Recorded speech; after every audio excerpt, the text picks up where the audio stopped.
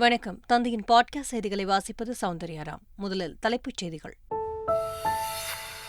பரபரப்பான அரசியல் சூழ்நிலையில் இன்று கூடுகிறது தமிழக அமைச்சரவைக் கூட்டம். தலைமைச் செயலகத்தில் முதலமைச்சர் ஸ்டாலின் தலைமையில் ஆலோசனை. காவிரி நீர் விவகாரத்தில் மத்திய நீர்வளத்துறை அமைச்சர் ஓரிரு நாட்களில் முடிவு எடுப்பதாக அமைச்சர் துரைமுருகன் தகவல். கர்நாடக மக்களின் குடிநீர் தேவைக்கு போக மீதி இருந்தால் மட்டுமே தண்ணீர் தர முடியும் என்று கர்நாடகா துணை முதல்வர் டி.கே. சிவக்குமார் திட்டவட்டம். ஜூன் ஜூலை மாதத்திற்கான காவிரி நீரை திறக்காதது குறித்து கர்நாடகா முதலமைச்சரிடம் ஸ்டாலின் கேட்டாரா? அதிமுக பொதுச் செயலாளர் எடப்பாடி பழனிசாமி கேள்வி. மணிப்பூர் விவகாரம் தொடர்பாக முடங்கிய நாடாளுமன்றம். பிரதமர் நேரில் வந்து பதிலளிக்க வலியுறுத்தி வரும் திங்களன்று எதிர்க்கட்சிகள் ஆர்ப்பாட்டம் அறிவிப்பு. செந்தில் பாலாஜி வழக்கில் அமலாக்கத்துறை பதிலளிக்க உச்சநீதிமன்றம் உத்தரவு. மேல்முறையீட்டு மனு மீதான விசாரணை வரும் 26ஆம் தேதிக்கு தள்ளிவைப்பு. கருங்கடல் தானிய ஒப்பந்தம் குறித்த ரஷ்யா முடிவால் உலக நாடுகளில் பலர் இறக்கக்கூடும். ஐநா எச்சரிக்கை. இந்தியா வெஸ்ட் இண்டீஸ் இடையேயான 2வது டெஸ்ட் போட்டியில் அசத்தல். 500வது போட்டியில் சதமடித்து கோலி சாதனை. 5 ஆண்டுகள் கழித்து வெளிநாட்டு மண்ணில் அபாரம். இனி விரிவான செய்திகள். தமிழகத்தில் நிலவும் பரபரப்பான அரசியல் சூழ்நிலையில் முதலமைச்சர் ஸ்டாலின் தலைமையில் இன்று அமைச்சரவைக் கூட்டம் நடைபெறவுள்ளது. சென்னை தலைமைச் செயலகத்தில் நடைபெறவுள்ள இந்த கூட்டத்தில் அனைத்து அமைச்சர்களும் பங்கேற்க உள்ளனர். மத்திய அரசு விசாரணை அமைப்புகளை ஏவி எதிர்க்கட்சிகளை பழிவாங்கும் நடவடிக்கைகளை கண்டிக்கும் விதமாக தமிழக சட்டசபை உடனே கூட்டி மத்திய அரசிற்கு எதிரான கண்டன தீர்மானத்தை கொண்டுவர வேண்டும் என்று தமிழக காங்கிரஸ் கோரிக்கை விடுத்துள்ளது. இந்த கோரிக்கை பற்றியும் அமைச்சரவையில் விவாதிக்கப்படும் என்று கூறப்படுகிறது. காவிரி நீர் விவகாரத்தில் ஒன்றிய நீர்வளத்துறை அமைச்சர் ஓரிரு நாட்களில் முடிவு எடுக்கப்படும் என்று உறுதியளித்துள்ளதாக நீர்வளத்துறை அமைச்சர் துரைமுருகன் தெரிவித்துள்ளார். நான் சென்று மத்திய நீர்வளத்துறை அமைச்சரிடத்திலே மாண்புமிகு முதல்வர் கொடுத்த கடிதத்தை கொடுத்துவிட்டு நிலைமைகளை விளக்கினேன். அவரும் நிலைமைகளை உணர்ந்து கொண்டு 2 நாட்களுக்குள்ளாக நான் அத்தாரியை கூப்பிட்டு இருக்கிற தண்ணீரை எப்படி பங்கிட்டு வழங்க வேண்டுமோ அதை விரைவில் வழங்குங்கள் நான் உத்தரவிடுகிறேன் என்று தெரிவித்தார்கள். எனவே அந்த நம்பிக்கையோடு வந்திருக்கிறேன். அந்த நம்பிக்கை எனக்கு பலன் கொடுக்குமானால் தஞ்சை தரணியிலே பயிர்கள் காப்பாற்றப்படும். கர்நாடகா மக்களின் குடிநீர் தேவையை தாண்டி அணையில் மீதமுள்ள தண்ணீரை தமிழகத்திற்கு திறந்து விடுவோம் என்று கர்நாடகா துணை முதல்வர் டி.கே. சிவக்குமார் கூறியுள்ளார். தமிழகத்திற்கு ஜூன் மாதம் விட வேண்டிய தண்ணீரை முறையாக திறக்கவில்லை என்று தமிழக நீர்வளத்துறை அமைச்சர் துரைமுருகன் மத்திய நீர்வளத்துறை அமைச்சரை சந்தித்து கடிதம் அளித்துள்ளார். இது தொடர்பாக கருத்து தெரிவித்துள்ள கர்நாடகா துணை முதல்வரும் நீர்வளத்துறை அமைச்சருமான டி.கே. சிவக்குமார், இந்த ஆண்டு எதிர்பார்த்த அளவு மழை இல்லாததால் அணையில் நீர் இருப்பு மிகவும் குறைவாக உள்ளதாக கூறியுள்ளார். இதுபோன்ற தருணங்களை சமாளிக்க உச்சநீதிமன்றமும் காவிரி மேலாண்மை ஆணையமும் சில வரையறைகளை அளித்துள்ளது என்றும் நீதிமன்ற தீர்ப்புக்கு எப்போதுமே கர்நாடக அரசு கட்டுப்படும் என்றும் தெரிவித்துள்ளார். கர்நாடகாவில் குடிநீர் தேவையை தாண்டி அணையில் உள்ள இருப்பு நீரை விகிதாச்சார அடிப்படையில் தமிழகத்திற்கு திறப்பதில் எந்த பிரச்சனையும் கர்நாடகாவிற்கு இல்லை என்றும் டி.கே. சிவக்குமார் தெரிவித்துள்ளார். அடுத்து ஓரிரு நாட்களில் காவிரி நீர்பிடிப்பு பகுதிகளில் மழை பெய்ய வாய்ப்பு இருப்பதாக வானிலை ஆய்வு மையம் தெரிவித்துள்ளதை சுட்டிக்காட்டிய அவர், அணைக்கு நீர்வரத்து அதிகரிக்கும் போது இரு மாநிலங்களுக்கும் தேவையான தண்ணீரும் கிடைக்கும் என்பதை நம்புவோம் என்றும் கூறியுள்ளார். கர்நாடகா சென்ற முதலமைச்சர் ஸ்டாலின் தமிழகத்திற்கு தேவையான தண்ணீரை பேசி பெற்றுக் கொடுத்தாரா என்று எதிர்க்கட்சித் தலைவர் எடப்பாடி பழனிசாமி கேள்வி எழுப்பியுள்ளார். ஜூன் மாதம் கர்நாடக அரசு காவிரியில் நமக்கு கிடைக்க வேண்டிய பங்கு நீர் திறந்துவிடப்படவில்லை. இந்த மாதம் ஜூலை மாதம் நமக்கு கிடைக்க வேண்டிய பங்கு நீரை கர்நாடக அரசு காவிரியில் திறந்துவிடப்படவில்லை. அதையெல்லாம் அவர் கேட்கவில்லை. மக்களை பற்றி சிந்திக்கின்ற ஒரு முதலமைச்சராக இருந்தால், விவசாயிகளை பற்றி சிந்திக்கக்கூடிய முதலமைச்சராக இருந்தால் என்ன செய்திருக்க வேண்டும்?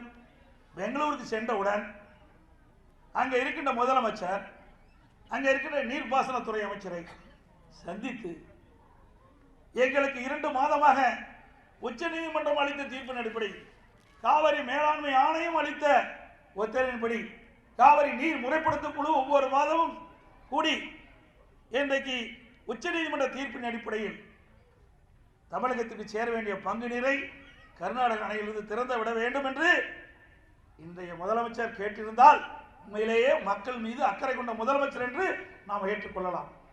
இதையெல்லாம் விட்டுவிட்டார்.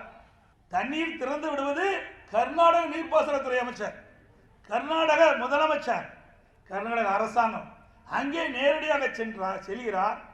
கர்நாடக நீர்ப்பாசனத்துறை அமைச்சர் மாண்பு அமைச்சர் சிவகுமார் அவர்கள் பூக்கொத்து கொடுத்து சால்வை அணிவித்து வரவேற்கின்றார். அங்கே இருக்கின்ற முதலமைச்சர் இவரை வரவேற்கின்றார்.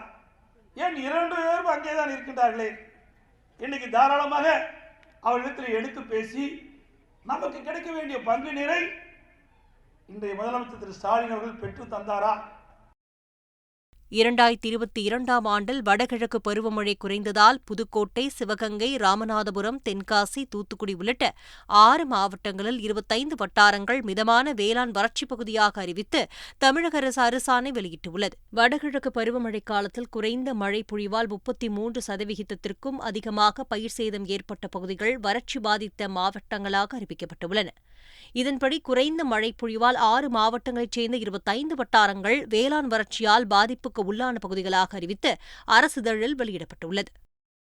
மணிப்பூர் விவகாரம் தொடர்பாக நாடாளுமன்ற வளாகத்தில் வரும் திங்களன்று ஆர்ப்பாட்டம் நடத்த எதிர்க்கட்சிகள் திட்டமிட்டுள்ளனர்.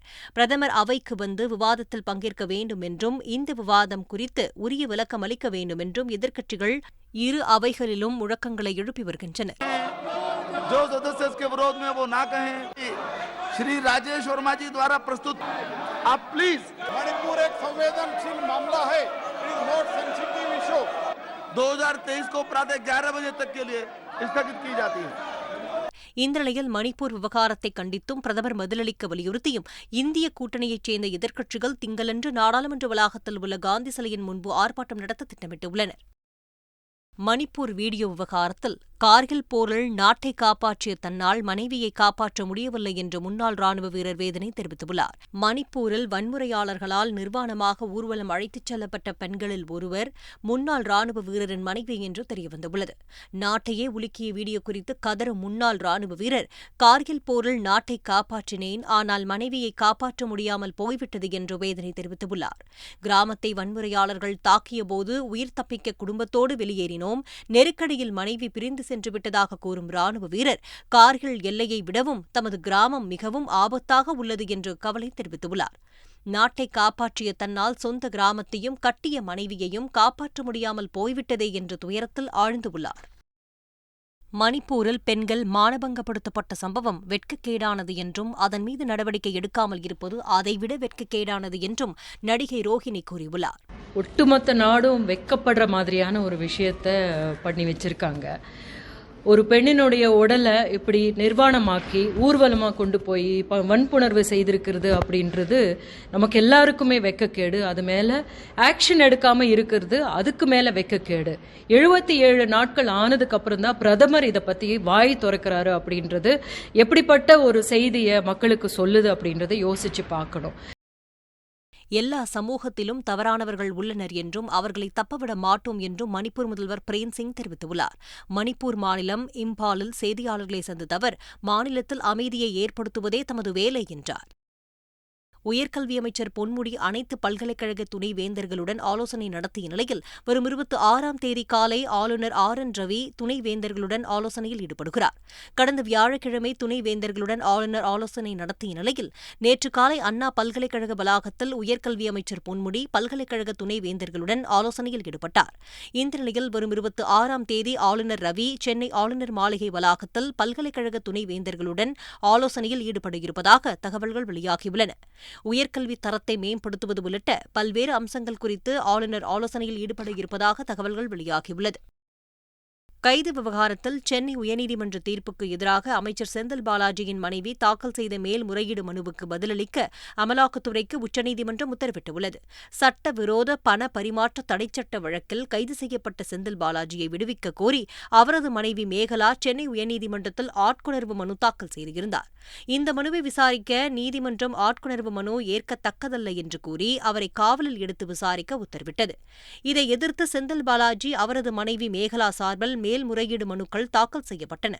மனு விசாரணைக்கு வந்த நிலையில் அமலாக்கத்துறை அதிகாரிகள் போலீஸ் அதிகாரிகள் இல்லை என்பதால் போலீஸ் காவல் கோர முடியாது என்று வேறொரு வழக்கின் தீர்ப்பு மேற்கோள் காட்டப்பட்டது. கைது செய்ய அமலாக்கத்துறைக்கு அதிகாரம் உள்ளதால் அமலாக்கத்துறையினரும் காவல் அதிகாரிகள்தான் என்று எதிர்த்தரப்பு வாதத்தை முன்வைத்தது.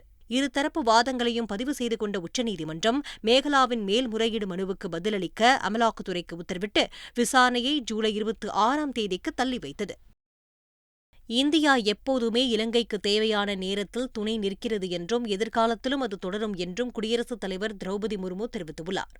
2 நாள் அரசுமுறை பயணமாக இலங்கை அதிபர் ரணில் விக்ரமசிங்கே டெல்லி வந்தார். நேற்று பிரதமர் மோடியை சந்தித்து பேச்சுவார்த்தை நடத்தினார்கள். இதையடுத்து ராஷ்டிரபதி பவனில் குடியரசுத் தலைவர் திரௌபதி முர்முவை சந்தித்து பேசினார்.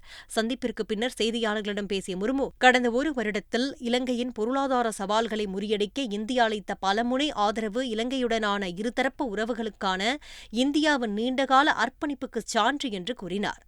இந்தியா எப்போதுமே இலங்கைக்கு தேவையான நேரத்தில் துணை நிற்கிறது, எதிர்காலத்திலும் அதனை தொடரும் என்றும் அவர் கூறியுள்ளார். மத்திய அரசு பணிகளுக்கு புதிதாக தேர்வு செய்யப்பட்ட 70,000க்கும் மேற்பட்டவர்களுக்கு பிரதமர் நரேந்திர மோடி இன்று காணொலி காட்சி மூலம் பணி நியமன கடிதங்களை வழங்குகிறார். நாடு முழுவதும் இருந்து அரசு பணிக்கு தேர்ந்தெடுக்கப்பட்டவர்கள் வருவாய்த்துறை, நிதிச்சேவைத்துறை, அஞ்சல் துறை, பள்ளிக்கல்வித்துறை, உயர்கல்வித்துறை, பாதுகாப்பு அமைச்சகம், சுகாதாரம் மற்றும் குடும்ப நல அமைச்சகம், மத்திய பொதுத்துறை நிறுவனங்கள், நீர்வளத்துறை உள்ளிட்ட பல்வேறு அமைச்சகங்களில் பணிக்கு சேரவுள்ளனர். நாடு முழுவதும் 44 இடங்களில் வேலைவாய்ப்பு திருவிழா நடைபெறவுள்ளது. கருங்கடல் தானிய ஒப்பந்தம் முடிவால் பலர் இறக்கக்கூடும் என்று ஐநா எச்சரித்துள்ளது. ரஷ்யா உக்ரைன் போரில் உக்ரைனின் துறைமுகங்கள் ரஷ்யாவால் கைப்பற்றப்பட்டது. உலகின் பல நாடுகளுக்கு கோதுமை, பார்லி போன்ற தானியங்கள் மற்றும் சூரியகாந்தி எண்ணெய் உட்பட பல அத்தியாவசியமான உணவுப் பொருட்களை உக்ரைன் ஏற்றுமதி செய்து வந்த நிலையில் இந்த போர் காரணமாக தானிய ஏற்றுமதி நின்று மிகப்பெரிய உணவு நெருக்கடி உருவாகும் அபாயம் ஏற்பட்டுள்ளது. இதை தவிர்க்க கடந்த ஆண்டு ஜூலை மாதம் ஐநா மற்றும் துருக்கி தலையிட்டு ரஷ்யாவுடன் ஒரு உடன்படிக்கை செய்தது. கருங்கடல் தானிய ஒப்பந்தம் எனும் அந்த உடன்படிக்கையின்படி உக்ரைனின் 3 துறைமுகங்களிலிருந்து கப்பல்களில் தானிய ஏற்றுமதி தொடர்வதற்கு ரஷ்யா சம்மதித்தது. இதன்படி அந்த கப்பல்கள் மீது எந்த தாக்குதலும் நடத்தாது. இந்த ஒப்பந்தம் கடந்த திங்கட்கிழமை காலாவதியான நிலையில் இதனை மீண்டும் புதுப்பிக்க ரஷ்யா மறுத்து இதில் இருந்து விலகிக் கொள்வதாக அதிகாரப்பூர்வமாக அறிவித்தது. ஒப்பந்தத்தில் இருந்து ரஷ்யா விலகிய சில நாட்களில் ஏற்பட்டுள்ள தானியங்களின் விலை உயர்வு மில்லியன் கணக்காக மக்களுக்கு பசி மற்றும் மோசமான அச்சுறுத்தலை ஏற்படுத்தியுள்ளதாக ஐக்கிய நாடுகளின் அவசரகால நிவாரண ஒருங்கிணைப்பாளர் மார்டின் கிரீஃபஸ் தெரிவித்துள்ளார். தற்பொழுது 69 நாடுகளில் சுமார் 362 மில்லியன் மக்களுக்கு மனிதாபிமான உதவி தேவைப்படுகிறது என்று கூறியுள்ளார். இந்த தானிய விலை உயர்வு வளரும் நாடுகளில் உள்ள குடும்பங்களால் மிகவும் கடுமையாக உணரப்படும் என்று, சிலர் பசியுடன் இருப்பார்கள், சிலர் பட்டினியால் வாடுவார்கள், பலர் இதன் காரணமாக இறக்கலாம் என்றும் கூறியுள்ளார். கனடாவில் பற்றி எரிந்து வரும் காட்டுத்தீயை அணைக்க தென்னாப்பிரிக்காவில் இருந்து தீயணைப்பு வீரர்கள் அந்த நாட்டிற்கு பயணம் மேற்கொண்டுள்ளனர். கனடாவின் ஆல்பர்டா மாகாணத்தில் பற்றிய காட்டுத்தீயை அணைக்கும் பணியில் அந்த நாட்டு வீரர்கள் 900க்கும் அதிகமான தீயணைப்பு வீரர்கள் ஈடுபட்டு வருகின்றனர். இருந்தும் சுமார் 24 மில்லியன் ஏக்கர் எரிந்து நாசமானது. இந்த நிலையில் தீயை அணைக்க சர்வதேச உதவியை கோரினர். இதனையடுத்து தென்னாப்பிரிக்காவின் ப்ளூம் போன்டனைனில் இருந்து தீயணைப்பு வீரர்கள் விமானத்தில் கனடா புறப்பட்டுள்ளனர். இந்திய கிரிக்கெட் வீரர் விராட் கோலி தனது 500வது சர்வதேச போட்டியில் சதமடித்து சாதனை படைத்துள்ளார். வெஸ்ட் இண்டீஸுக்கு எதிரான 2வது டெஸ்ட் போட்டி போர்ட் ஆஃப் ஸ்பெயினில் நடைபெற்று வருகிறது. இந்த போட்டி முன்னாள் கேப்டன் கோலிக்கு 500வது சர்வதேச போட்டியாக அமைந்தது. இதில் இந்தியாவின் முதல் இன்னிங்ஸில் சிறப்பான ஆட்டத்தை வெளிப்படுத்திய விராட் கோலி சதம் விளாசி அசத்தினார். இதன் மூலம் 500வது சர்வதேச போட்டியில் சதம் அடித்த முதல் வீரர் என்ற பெருமையை விராட் கோலி பெற்றுள்ளார். மேலும் வெளிநாட்டு மண்ணில் நடந்த டெஸ்ட் போட்டிகளில் சுமார் 5 ஆண்டுகளுக்கு பிறகு விராட் கோலி சதம் அடித்துள்ளார். டெஸ்ட் போட்டிகளில் கோலியின் 29 சதமாகவும் ஒட்டுமொத்தமாக 76வது சதமாகவும் இது அமைந்தது. சாதனை சதமடித்துள்ள கோலியை முன்னாள் இந்நாள் கிரிக்கெட் வீரர்களும் ரசிகர்களும் பாராட்டி வருகின்றனர்.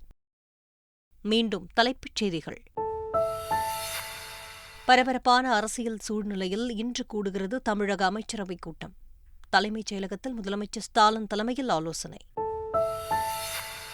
காவிரி நீர் விவகாரத்தில் மத்திய நீர்வளத்துறை அமைச்சர் ஓரிரு நாட்களில் முடிவு எடுப்பதாக அமைச்சர் துரைமுருகன் தகவல்.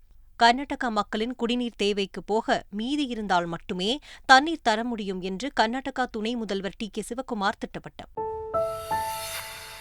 ஜூன் ஜூலை மாதத்திற்கான காவிரி நீரை திறக்காதது குறித்து கர்நாடகா முதலமைச்சரிடம் ஸ்டாலின் கேட்டாரா?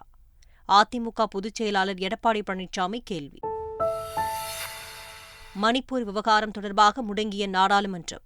பிரதமர் நேரில் வந்து பதிலளிக்க வலியுறுத்தி வரும் திங்களன்று எதிர்க்கட்சிகள் ஆர்ப்பாட்டம் அறிவிப்பு. செந்தில் பாலாஜி வழக்கில் அமலாக்கத்துறை பதிலளிக்க உச்சநீதிமன்றம் உத்தரவு. மேல்முறையீட்டு மனு மீதான விசாரணை வரும் 26ஆம் தேதிக்கு தள்ளிவைப்பு. கருங்கடல் தானிய ஒப்பந்தம் குறித்த ரஷ்யா முடிவால் உலக நாடுகளில் பலர் இறக்கக்கூடும். ஐநா எச்சரிக்கை. இந்தியா வெஸ்ட் இண்டீஸ் இடையேயான 2வது டெஸ்ட் போட்டியில் அசத்தல்.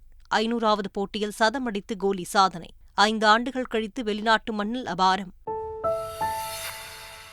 இத்துடன் செய்திகள் நிறைவு பெற்றன.